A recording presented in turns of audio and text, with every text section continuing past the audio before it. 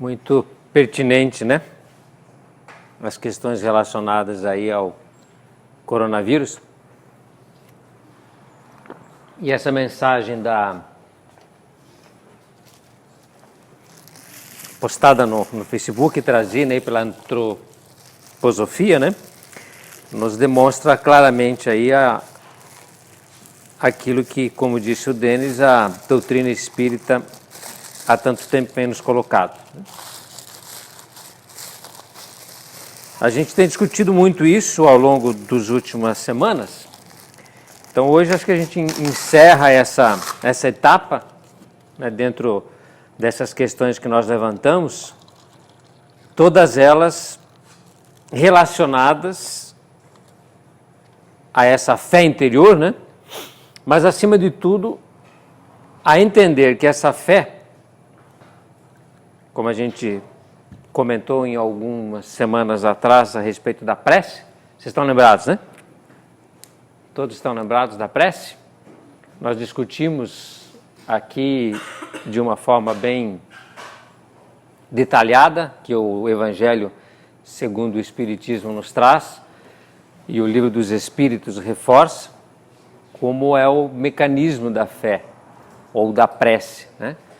A prece sinceramente e autenticamente colocada, aquela que brota do interior da alma e não aquela que vem apenas na superfície dos lábios, aquela prece que vem de dentro, como diz Jesus Cristo e como nos recomenda a doutrina espírita. No momento de se falar com Deus, ou de evocar as energias superiores, todos nós precisamos nos distanciar da superficialidade da vida, daquelas condições de público, e nos direcionar ao interior do quarto. Então Jesus falava que para não fazermos como os hipócritas que oram em público e que demonstram, né, genuflexos, entregando aí os donativos para que todos vejam. Mas quando for de orardes, buscai o interior do quarto, a sinceridade do coração. Então, quando nós nos recolhemos interiormente e entramos em contato com a nossa essência, brota naturalmente de nossa alma os anseios genuínos e verdadeiros. E esses anseios vão, em forma de prece, atingir tanto o nosso interior mais profundo, onde guardamos imagem e semelhança com o Criador, quanto também repercutem no alto, né, nas esferas superiores, naquelas forças, pensamentos e sentimentos que brotam da terra e elevam-se ao céu. Então tem aí a literatura espírita com bastante mensagens a respeito desse mecanismo e eficácia da prece. E é importante que nós entendamos isso não como algo místico ou misterioso, como diríamos no passado, os mistérios da fé, ou algo abstrato que não entendemos como se processa. Hoje o nosso conhecimento científico, advindo da doutrina dos espíritos ou da ciência espírita, mas também das questões relacionadas à física quântica, à energia, a relação entre os dois mundos dimensionais, a dimensão do espírito e a dimensão da matéria, ou do reino da energia e do reino da matéria, nós já temos conhecimentos suficientes para entender que essas forças, pensamentos, esses sentimentos profundos da alma ganham uma ressonância e uma repercussão imediata no seio do Criador, nas esferas superiores.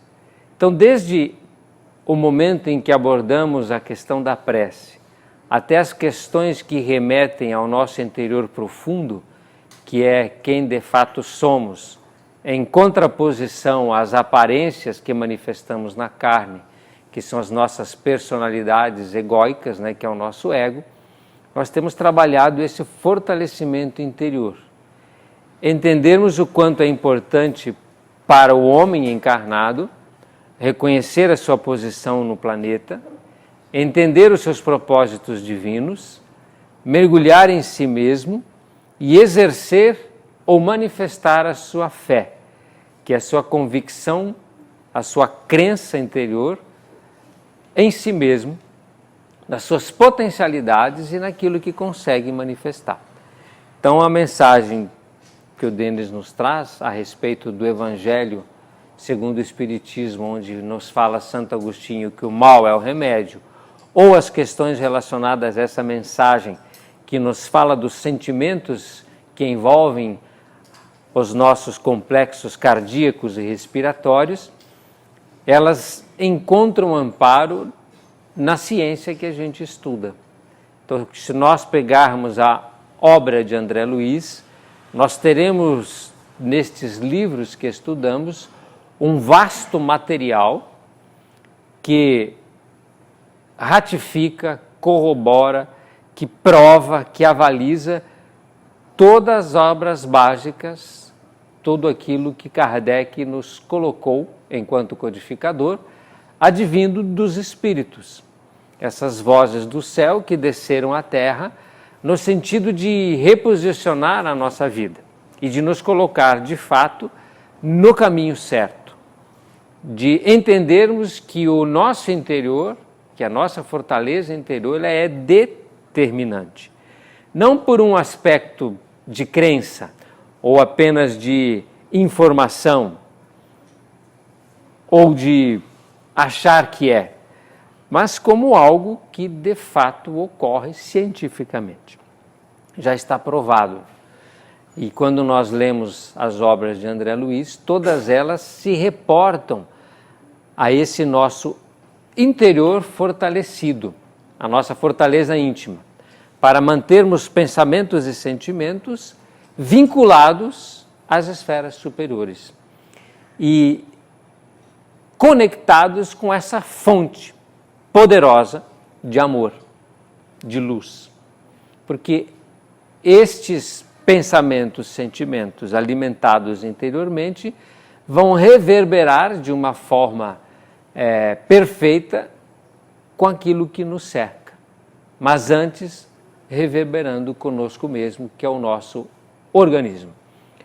Então Emmanuel coloca, André Luiz no caso, nas obras de André Luiz, coloca, por exemplo, no Mensageiros, no livro Os Mensageiros, aquela passagem em que as cartas vivas de Deus à Terra, como eles se colocam, né, mensageiros.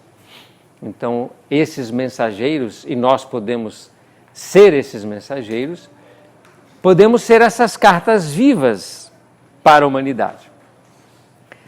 Transitar na esfera que nos compete com a mensagem luminosa advinda das esferas superiores, que de uma forma ou de outra não é outra mensagem que não seja a mensagem do Evangelho, revestida, quiçá, com outras palavras, agora traduzidas pela terceira revelação, que é a doutrina dos Espíritos, mas essa mensagem é a que deve estar repercutindo no planeta e de uma forma ou de outra ainda repercute, desde sempre.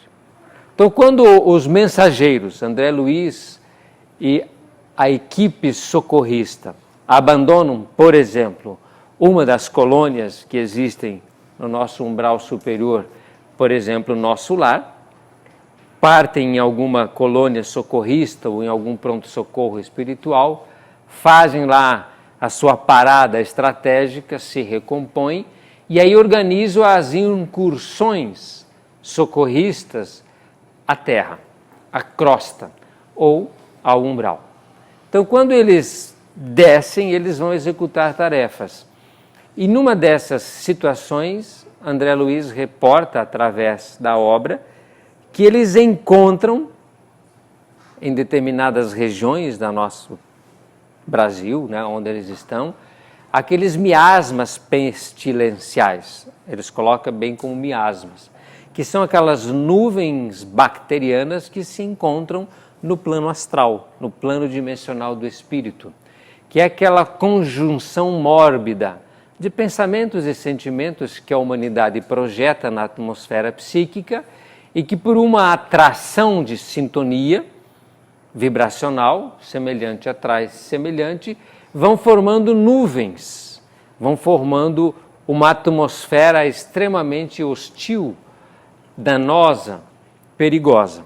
E aí, como foi colocado pelo Denis, em determinados momentos essas nuvens podem encontrar um hospedeiro, podem entrando em sintonia com um determinado hóspede, um ser humano encarnado, que dá abrigo a estas insinuações mórbidas, a esses pensamentos negativos, a essas emoções desencontradas ou desequilibradas, por estar vibrando nesta sintonia, por ter ao redor de si uma vibração de medo, de pânico, de desespero, uma vibração de pouca fé ou nenhuma, uma vibração de menos-valia, de impotência, de inépcia, uma vibração de indiferença, de descaso, algo que encontra sintonia com essas nuvens bacterianas e aí ela reveste o perispírito desse hóspede, tendo com ele uma ligação simbiótica, somática, né? Aí transferindo evidentemente essas energias para o hóspede.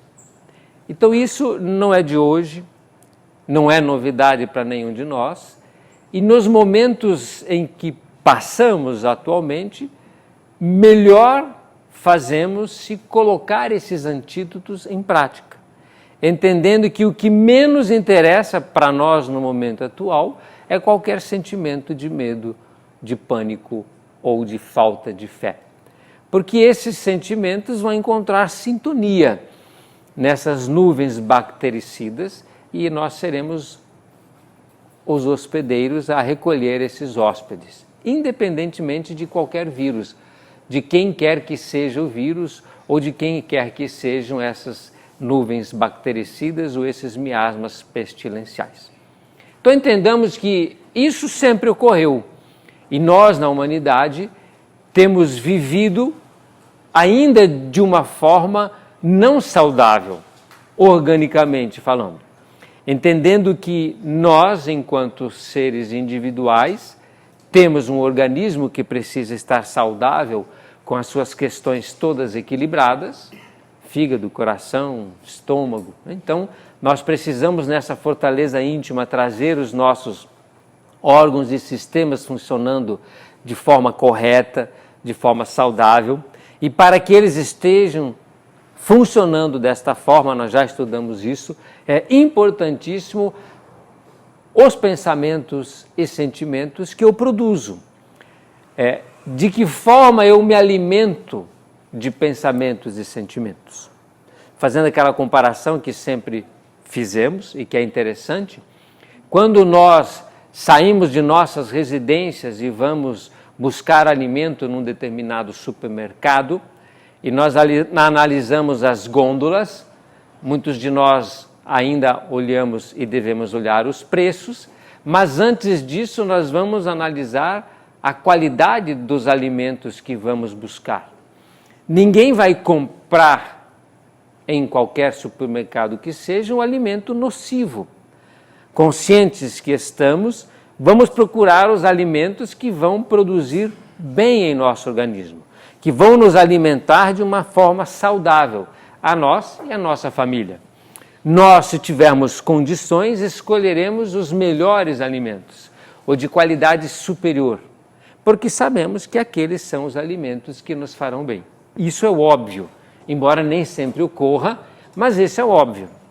Assim nós, quando emocionalmente, sentimentalmente, psicologicamente ou mentalmente, vamos buscar nas prateleiras da vida, nas fontes puras da energia superior, pensamentos e sentimentos, temos que avaliar quais pensamentos e sentimentos vamos selecionar para alimentar a nossa alma. Simples assim. Então, quando eu acordo, vamos dizer assim, pela manhã, e o meu espírito consciente respira, ele já vai catalogar, já vai buscar nas prateleiras da vida, através do pensamento e do sentimento, aquele alimento que vai robustecer o meu espírito, vai torná-lo apto para o dia, energizá-lo, sustentá-lo com força, com coragem. Então não é conveniente que eu, ao me espreguiçar na cama, antes mesmo de colocar os pés no chão, vá ter aquele sentimento de tristeza por estar iniciando um novo dia. Nossa, mais um dia. Não é assim? Também não convém que os primeiros pensamentos ou sentimentos sejam de medo. Puxa vida, quais serão as notícias hoje a respeito da pandemia? Ou que sejam aqueles de desespero por qualquer situação. Porque independentemente do cenário exterior, aconteça o que for que seja, isso não me atinge. Não pode me atingir, porque eu sou inviolável, indestrutível, imortal. A minha natureza interior é soberana. Qualquer situação que me atinge é porque eu permito. Eu abro a porta, acolho e valido. Então, isso é muito importante e nós já sabemos disso, é que esquecemos. Em determinadas situações, ou na maioria delas, a gente se impacta com o exterior e modifica o estado de ânimo de acordo com as questões que nos cercam, dentro de um erro fatal. Porque já nos dizia o mestre, e reforça a doutrina dos espíritos, que nós é que devemos transformar as coisas. E que o homem soberano se impõe às questões interiores. Por isso que ele dizia, bem-aventurados os pacíficos. E os pacíficos se manifestam justamente aonde há ausência de paz. Justamente nos momentos mais violentos, aonde o exterior se torna belicoso, agressivo, é que a bem-aventurança se reveste de importância. Porque ser pacífico em nosso lar, por exemplo, ou em esferas superiores, é algo quase que natural, porque o ambiente exterior é de paz. O ambiente exterior reflete uma paz. Então nós estamos apenas refletindo ou reagindo ao exterior. A paz se prova e ela realmente se demonstra quando você tem a paz, quando você está num ambiente hostil. Porque se você ainda não adquiriu essa fortaleza íntima, você vai agir como outrora, no olho por olho, no dente por dente, naquela questão reativa, onde você reage com o mal contra o mal. Uma vez que é atacado, você ataca. Uma vez que é agredido, você agride. E não consegue entender-se como um ser soberano, que não é influenciável e que estabelece a paz já conquistada, independentemente do ambiente exterior. Orai pelos que caluniam. Amai os vossos inimigos. Então o ambiente pode ser hostil, de inimizade, mas eu continuo manifestando a minha essência, que é a essência de amor, de confiança e de respeito. Eu não reajo, eu ajo. Eu avalio, respiro, entendo qual é a minha ação no mundo e vou agir com consciência e não com conveniência. Vou agir com profundidade e não com superficialidade. Vou agir com coragem e não com desespero ou medo. Isso é fortaleza íntima.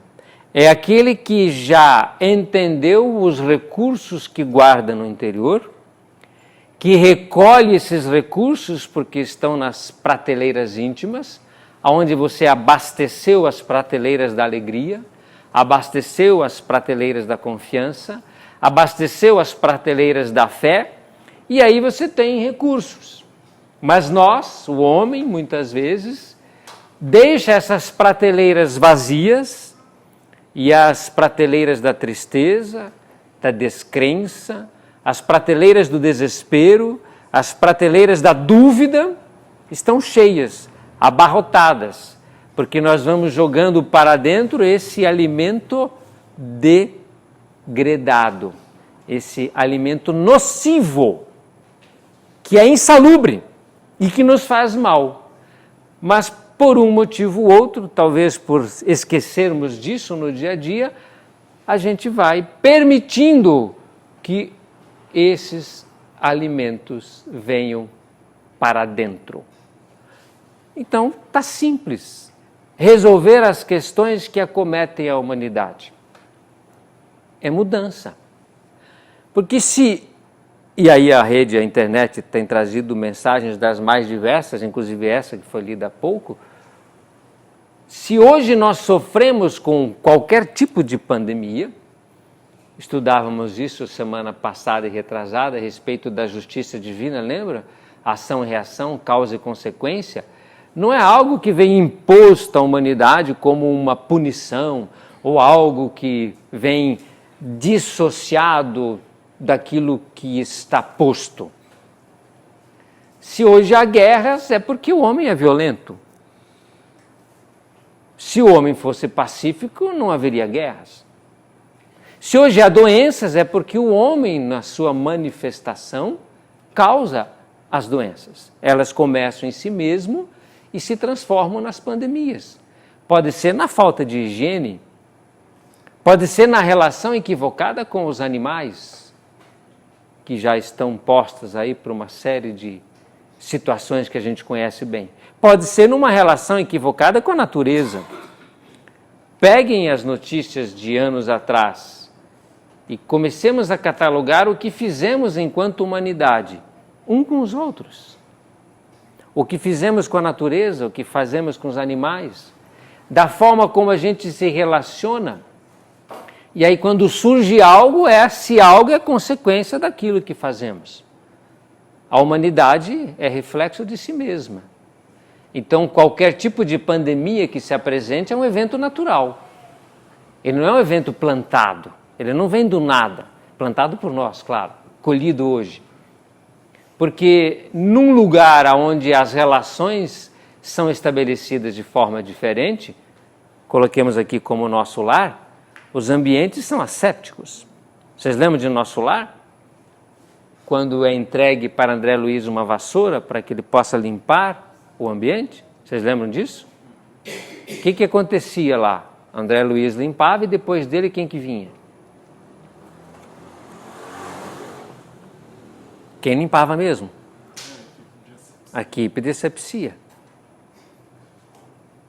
Porque alguns de nós, por aquilo que estudamos, né?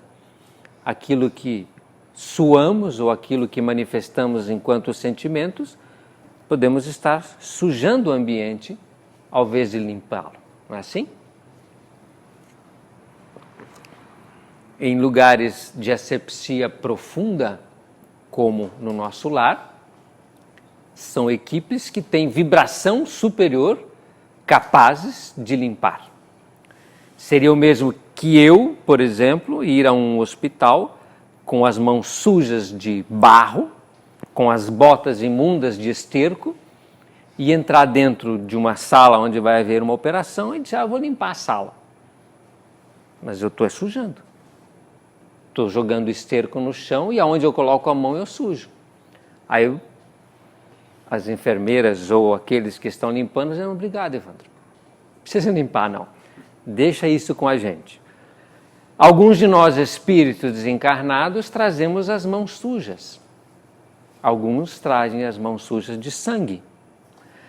Outros trazem pensamentos e sentimentos que brotam da alma ou que vêm do estômago perispiritual, onde ainda guardam vestígios de carne apodrecida, que é o que a gente come, e que vão estar, lógico, jogando isso no ambiente. Então a gente vai conseguir limpar? Não. Então percebam que somos reflexo daquilo que somos. Se a humanidade se colocar numa posição mais profunda e nós percebermos que as nossas relações precisam ser modificadas, já estudamos isso, nós passaremos por um processo de cura. Então hoje o planeta está sendo curado. O mal é o remédio. O mal aparece, as pandemias aparecem para que o homem reflita o que é que tem feito. Porque morre muito mais gente de fome, e a gente sabe disso, saiu várias palestras onde os palestrantes falaram, tem até um número, não sei se é verdade ou não, 8.500 crianças morrem de fome por dia. Pois podem confirmar isso lá. Mas se não é isso, pode ser até um pouco mais, um pouco menos. Só na África, né? A Fraternidade Sem Fronteira nos traz aí o quanto que a fome assola hoje, não milhares, mas milhões de crianças. Então hoje morre 8.500 crianças por dia e o antídoto, fala a mensagem, é a comida. Está disponível, mas continuam morrendo. As estradas brasileiras matam 65 mil por ano, é isso? É quase uma passos por ano que some nas estradas. Então, a humanidade continua vitimando os seus irmãos por algumas questões que não são respeitadas. Por uma ineficiência nossa, enquanto organismo coletivo, organismo humano, de atender internamente os nossos órgãos e sistemas. Assim como eu individualmente e vocês individualmente não conseguimos atender o nosso organismo dentro de uma saúde, porque eu tenho que ter uma saúde física, uma saúde emocional e uma saúde mental. E a maioria de nós não tem essa saúde. Nós andamos doentes sob o ponto de vista emocional. Dizíamos agora, medo, insegurança. Então, se nós individualmente não conseguimos atender a saúde integral do ser humano, mente, corpo e espírito, coletivamente, a falta de saúde coletiva é um reflexo da falta de saúde individual. O Evangelho é o antídoto e sempre foi. Quando Jesus nos convocou lá atrás a manifestar a Boa Nova e a viver as relações humanas com amor, Ele nos dava o antídoto para todas as dores do mundo.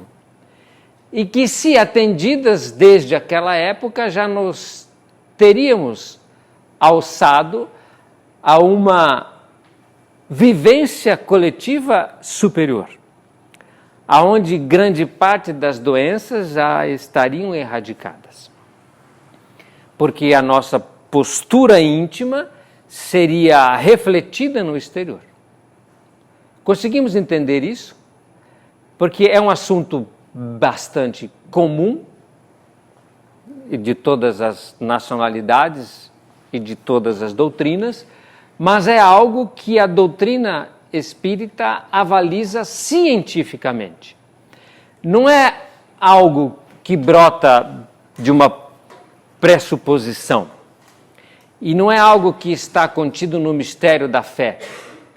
É algo que as obras, por exemplo, aqui citadas de André Luiz, ratificam e avalizam e mostram como que isso funciona, como, por exemplo, Mensageiros. Ou qualquer outra obra, como No Mundo Maior, que vai falar das questões que envolvem a nossa mente, a mente humana, perispiritual, de como nós devemos trabalhar essa mente para que a vida nos responda de acordo com aquilo que colocamos. Buscai e achareis, pedi e obtereis, batei e abre-ser-vos-á. Recolhereis logo à frente as consequências dos atos atuais. Causa e efeito. Efeito e causa. no Missionários da Luz, se não me falha a memória, tem aquelas considerações dos neuropeptídeos, não é no Missionários da Luz, que está, o Valdir que é bom de André Luiz, em que obra estão os neuropeptídeos?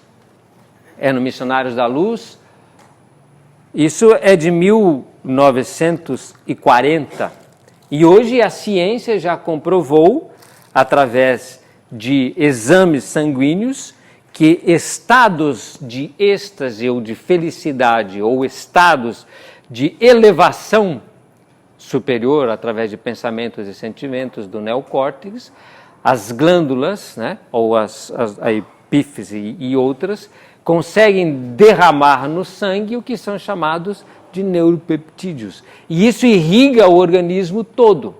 E está aí todas as outras técnicas, né?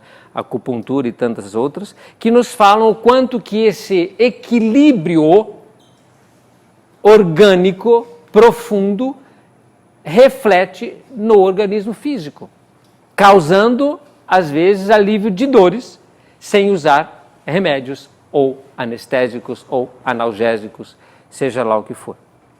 Situações que a respiração pode trazer ao indivíduo um estado de ânimo diferente em segundos, só pelo fato de respirar melhor, de ter uma postura física que vai repercutir interiormente.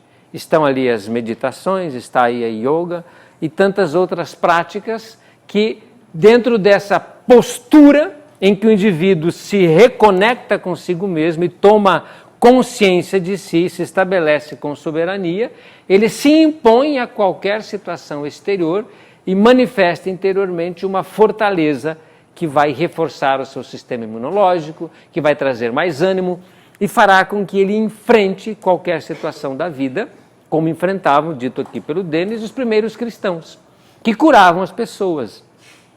Então, o que eles faziam que nós não fazemos? Porque esses espíritos que andaram no planeta há muito tempo atrás, muito antes de nós, conseguiram aquela época sem tecnologia, com muito menos conhecimento do que nós temos, que eram simples e ignorantes, alguns eram truculentos, né? Não tinham educação nenhuma, eram analfabetos. O que é que eles conseguiram movimentar de recursos que nós não conseguimos? Aonde eles buscavam, em que fonte eles buscavam este conhecimento? Essa capacidade de entrar em sintonia com o próximo ou consigo mesmo e de providenciar curas. Fazer com que aleijados andassem, leprosos se curassem. O que faziam eles de diferentes? E já conversamos sobre isso. Acaso Deus fez dois tipos de filhos? Criou o Francisco de Assis e os outros? Francisquinho é meu favorito. Vou criar esse caboclo aqui que vai ser 10. E os outros? Os outros vai ser de qualquer jeito. Sabemos que não. Somos todos filhos e guardamos no interior os mesmos recursos. O que Francisco de Assis fazia que não fazemos? De que forma movimentava-se ele, por exemplo, no Vale dos Leprosos? Por que conseguia as curas que conseguiu? De que forma reformou a igreja no sentido profundo da reforma? De que maneira aqueles que comungavam com Francisco de Assis, os ditos franciscanos, se movimentavam? Onde buscavam os recursos? Dentro de si mesmo. Mas para tê-los, temos que buscá-los.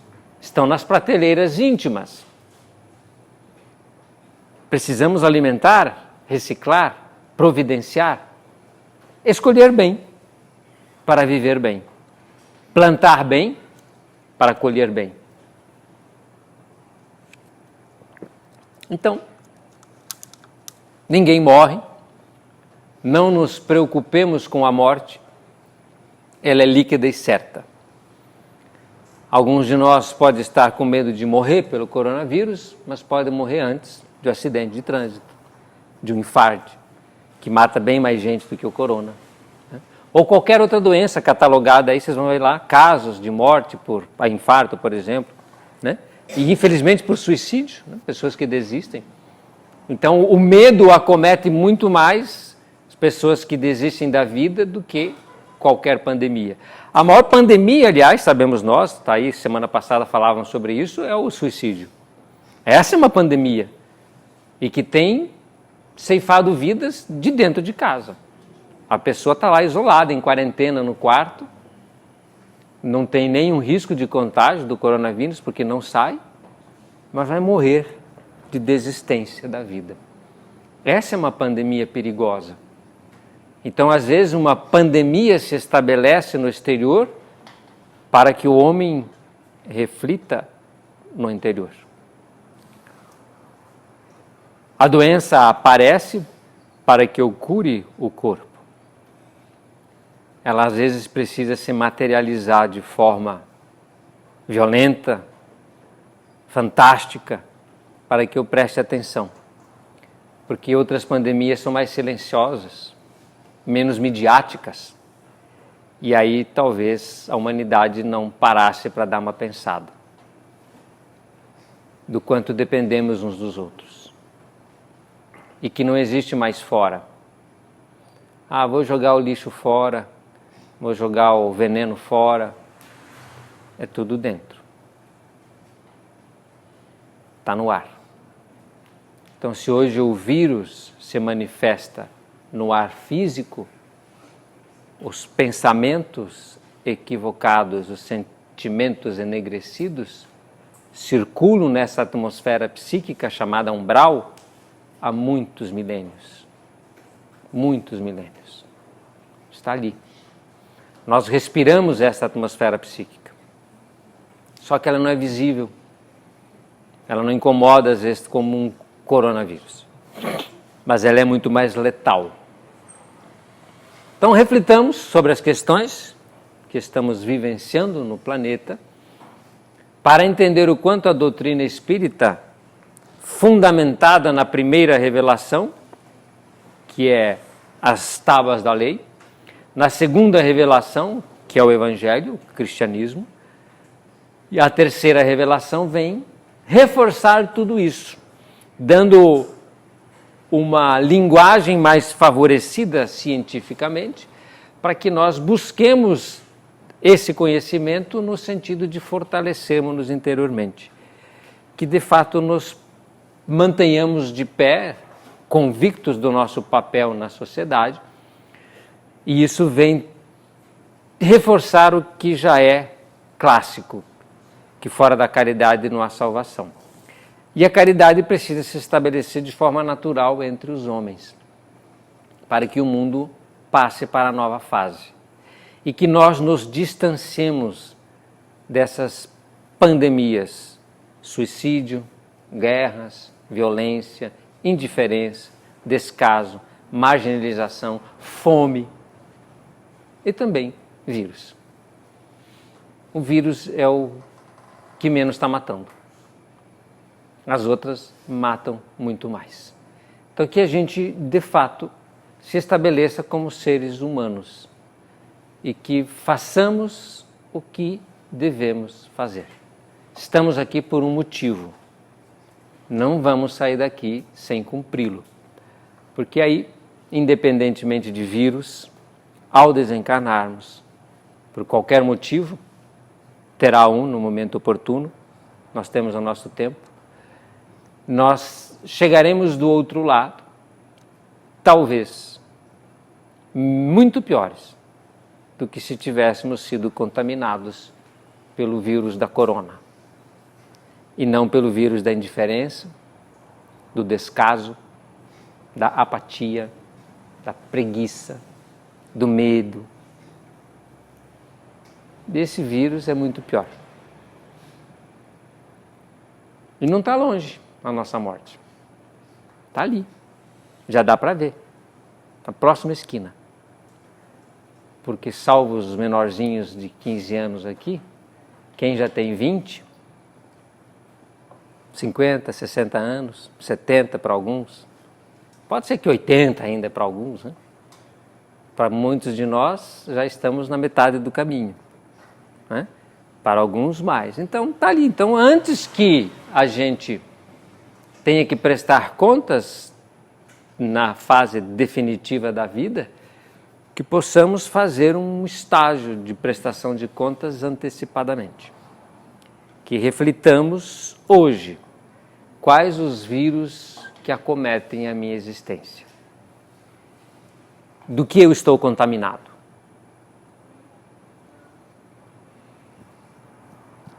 Do que minha alma padece? E já vamos providenciar a cura. Porque o resto não vai nos causar mal. Ninguém vai desencarnar antes da hora. Não se preocupe que não vai. Ninguém vai desencarnar antes da hora. A não ser que queira. Se não quiser, não vai. Certo? Não é assim?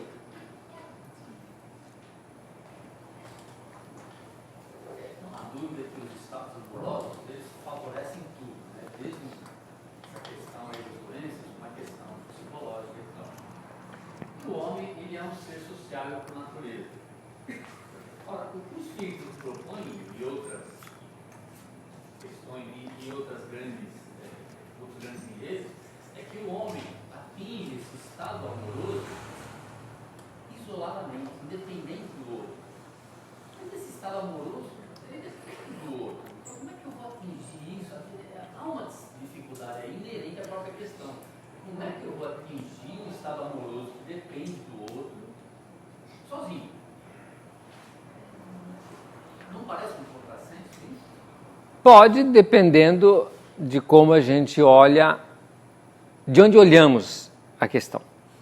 Nós sabemos que no nosso plano evolutivo, muitas questões são contraditórias. A gente vive num plano de luz e sombra, vamos dizer assim, não é? Então é um pouco contraditório, porque a sombra se estabelece, mas se a luz existir. Então basta que se faça a luz para que a sombra apareça, né? Então, a relação amorosa, ou o amor em si, ele depende sim do outro que é nosso irmão, porque a lei é clara: amar o próximo como a si mesmo. Não tem como amar a Deus se não se ama o próximo, que é seu filho, né? Mas se nós analisarmos, por exemplo, a doutrina dos Espíritos, que vem nos auxiliar muito na questão da interpretação correta do Evangelho, ou mais profunda. A mensagem cristã, ou a mensagem que Jesus nos traz, é uma mensagem libertadora. Ela é libertadora porque ela se fundamenta no homem, de uma forma individual. Ela emancipa o ser humano e emancipa qualquer ser humano. Tanto é que antes de Cristo, não precisa nem dizer o que nós fazíamos com as mulheres, né? As mulheres não eram gente, nós dávamos muito mais valor aos cavalos, né? Então, Jesus emancipa a mulher, Jesus emancipa a criança, porque as crianças em algumas épocas eram vendidas. Os pais vendiam as crianças para ganhar dinheiro. Ainda tem tráfico infantil no mundo, infelizmente, né? Não melhoramos tanto assim.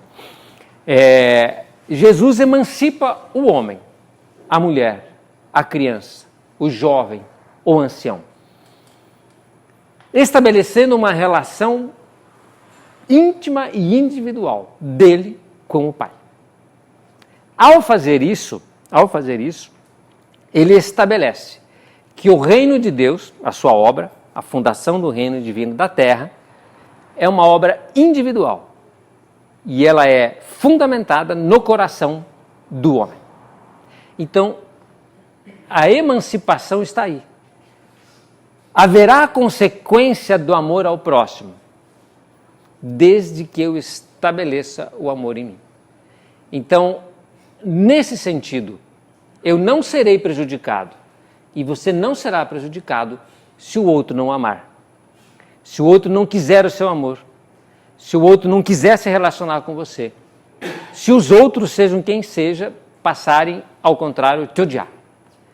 Você continuará amando, porque o amor que você devota à vida só depende de você. E uma vez que você estabelece o amor no coração, como se fosse um sol, e Lázaro fala isso, né? Do amor, é esse sol interior. Pensemos no sol.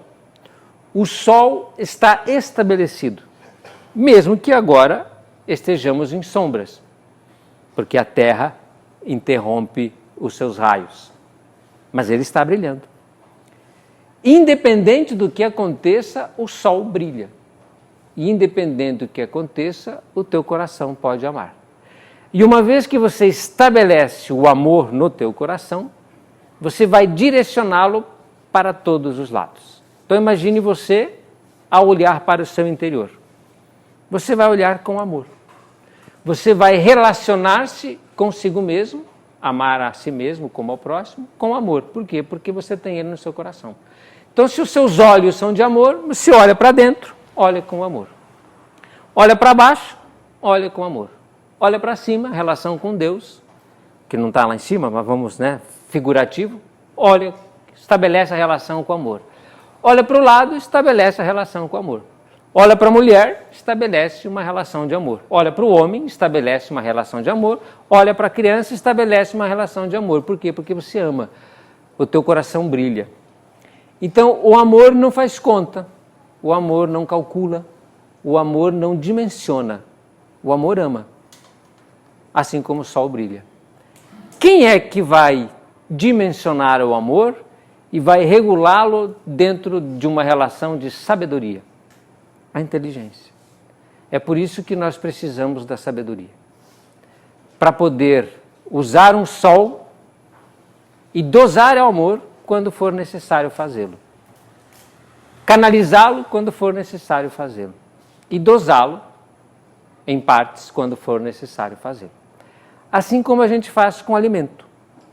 A mãe que ama compra mantimentos no início do mês para o mês inteiro.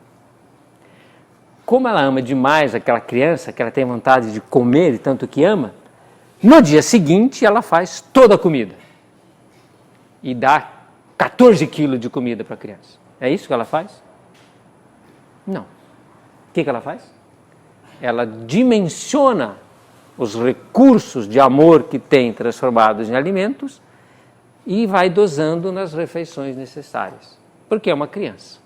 A criança vai crescendo, ela vai aumentando a dose, ela muda o alimento. É o mesmo amor. E nós dizíamos isso um tempo atrás. Jesus amava todas as mulheres e não era casado. Mas se fosse, como é que amaria a esposa? Como esposa. Como é que amaria a cunhada? Como mulher que não é esposa. Como amaria a filha? Como filha. Como amaria a mãe? Como mãe. Teria várias mulheres na vida, o amor é o mesmo. Porque o seu sol interior não pensa. Quem pensa é a cabeça. Então ele não poderia sair a amar todas as mulheres como esposa. Nem todas as mulheres como filhas. Nem todas as mulheres como irmãs. A pessoa estabelece a necessidade do amor. Quem ama, através da empatia e da sabedoria, entrega o que a pessoa precisa. Não o que eu quero, não o que ela quer, mas o que é verdadeiro e, de fato, ela precisa. Assim, a mãe pode deixar o filho sem comer um dia inteiro, porque está com diarreia. Vai fazer uma maçã, suco de caju, não sei se eu estou certo, né? Mas não vai dar feijoada, que está todo mundo comendo. Que mãe desalmada! Família toda comendo feijoada e o menino de 15 anos comendo maçã raspada com suco de caju. Porque o amor pede que ele receba o que precisa, não o que ele quer e nem o que eu gostaria. Então, é uma relação? É, mas uma vez que você estabelece isso dentro de si, é soberano. E você não está vinculado a nada exterior, a não ser o coração, que emana amor, e o cérebro, a razão, que estabelece a sabedoria. Por isso que a gente precisa dos dois. Sem amor, não há vida. Sem sabedoria, também não. Precisamos de cérebro e coração. porque às vezes o coração bate, mas o organismo está apático, porque não tem comando cerebral. Vamos falar que o Sol gosta demais da Terra. A Terra agora está com coronavírus, certo? E o Sol fala assim, eu tenho um jeito de ajudar o planeta, eu vou ficar mais próximo da Terra e vou fritar esse corona, certo? Aí o Sol, que ama a Terra, e que ama demais, o Sol é o centro do nosso universo, se não é do nosso sistema, se não é ele, né?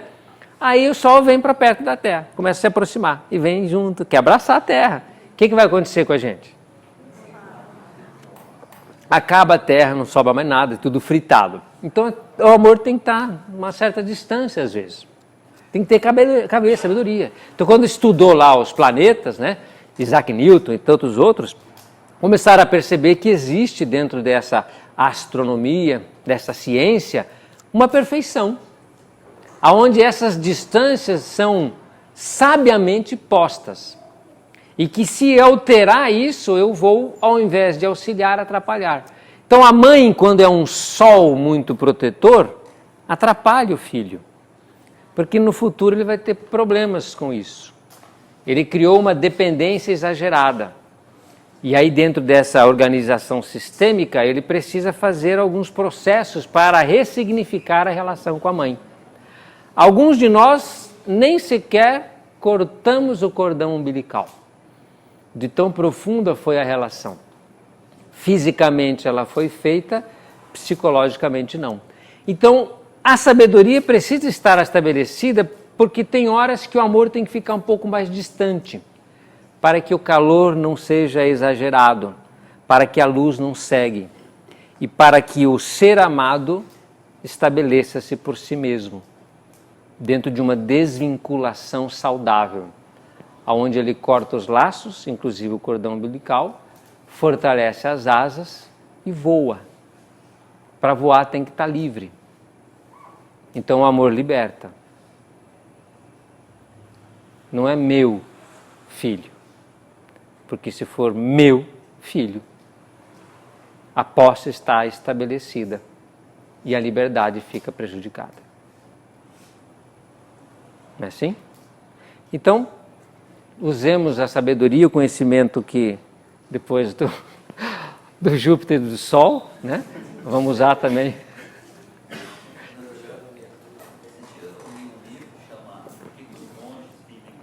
É. É uma pesquisa lá nos Estados Unidos, uns médicos que foram pesquisar por que eles viviam mais, né? E engraçado que aí uma senhora que morreu lógico que como cientificamente eles faziam as pesquisas. Uma senhora morreu era muito comum o Alzheimer, muito comum morrer de Alzheimer, com Alzheimer, né? Aí ela estava com uns 85 anos, aí abriram a cabeça dela para fazer as pesquisas do cérebro e, de acordo com a ciência daquela senhora, teve Alzheimer a vida inteira, todo o cérebro dela estava enrijecido por conta do Alzheimer, mas ela não teve um sintoma desse Alzheimer. Em um momento ela teve um sintoma. Aí eles foram pesquisar a vida daquela mulher, por que será que aquilo não fez a doença dela, né? Não prometeu, não manifestou.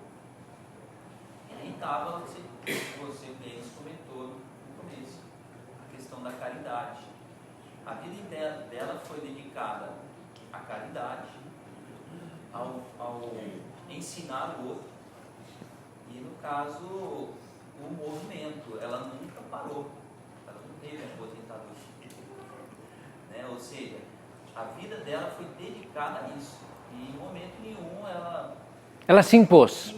E ficou com medo de alguma Sim. coisa, né? Então, acho interessante. Isso é o famoso milagre, é o milagre da fé, né? A fé estabelece isso. Porque o nosso organismo é instrumento, o espírito é soberano. Então, o espírito pode se estabelecer mesmo num instrumento que possa estar mais danificado que outro. Tem pessoas que guardam muito mais recursos orgânicos, mas que são muito mais frágeis, mais fracos, mais desanimados. E tem pessoas que são doentes. Chico era doente. O nosso querido Chico era um organismo frágil. A vida inteira ele teve doenças, não era organicamente saudável, né? Ele sofria dores, ele tinha problemas de visão, mas morreu com quantos anos? 92, né? 92, Valdir? Vou dar uma de Júpiter e Sol aqui, não. Né? Então, estabeleceu-se com força, impôs-se, e foi até o final. Né? Jerônimo Mendonça, o Tarzan, extraordinário Jerônimo Mendonça. Ele tinha um espírito extraordinário. Ele tinha 17 anos, ele se apelidava de Tarzan. Né? Então ele se olhava no espelho, era atlético, né? Tarzan. Né? E quando ele fez, se não me engano, 17 anos, e ele olhou-se no espelho, veio uma mensagem, porque ele tinha sensibilidade, e veio uma mensagem para ele. Olha que interessante a mensagem. Ê, Tarzan, agarra no cipó da fé, porque você vai atravessar a selva do sofrimento. Forte, né? E aí ele começou a estabelecer aquela doença, né, que vai corrompendo os movimentos, perdeu o movimento do corpo, no final ele só mexia com os olhos e abria a boca, né? E o que fazia o gigante deitado? Porque o pseudônimo do Jerônimo, né, o Mendonça, é o gigante deitado. Tem um livro, pode ler, pega na biblioteca ou na livraria, o gigante deitado. Ele entrava nas casas espíritas, na época ele ia de Kombi, entrava na maca, na cadeira de rodas, né, no início, depois de maca, entrava cantando. E ele dava suas palestras deitado, com o microfone que alguém segurava na sua boca. Tinha muito mais ânimo e disposição que todos os presentes, que tinham muito menos recursos. Mas seu espírito se impôs. E ele foi até o final da vida sem esmorecer. O artista que está tocando viola, né, isso é clássico, né? Estoura uma corda, ele continua tocando. E se é um bom, eu não vou sentir diferença, porque o meu ouvido é ruim. Talvez alguém que tenha um ouvido melhor vai perceber que tem uma corda, mas quem não tem, toca. O bom artista utiliza um instrumento ruim e faz milagres. Aquele que não tem um instrumento bom e não toca nada. Eu, por exemplo, não toco nada. Né? Percebe o quanto que o espírito se sobrepõe. E verdadeiros milagres, né, são contados a toda hora e a todo instante de pessoas que se superam, porque se estabelecem com essa convicção e com essa fé. E conseguem comandar o seu organismo, tanto psicologicamente, emocionalmente, fisicamente, com maestria. Sois deuses, né? Podeis fazer tudo o que o Mestre fez e muito mais. Então, que a nossa fé esteja estabelecida no alto da cabeça, no fundo do coração, e que a gente continue firmes, né? Exuberantes, entusiasmados, com as coronas do nosso coração irrigadas, com muita luz, para sobrepujar qualquer atmosfera psíquica negativa, insegura, ou com qualquer outro sentimento que a humanidade, infelizmente, ainda agasalha, né? Aconchega. Tudo bem? Então, alguém pode apagar a luz para mim lá atrás, por favor, para a gente dar sequência aos nossos trabalhos.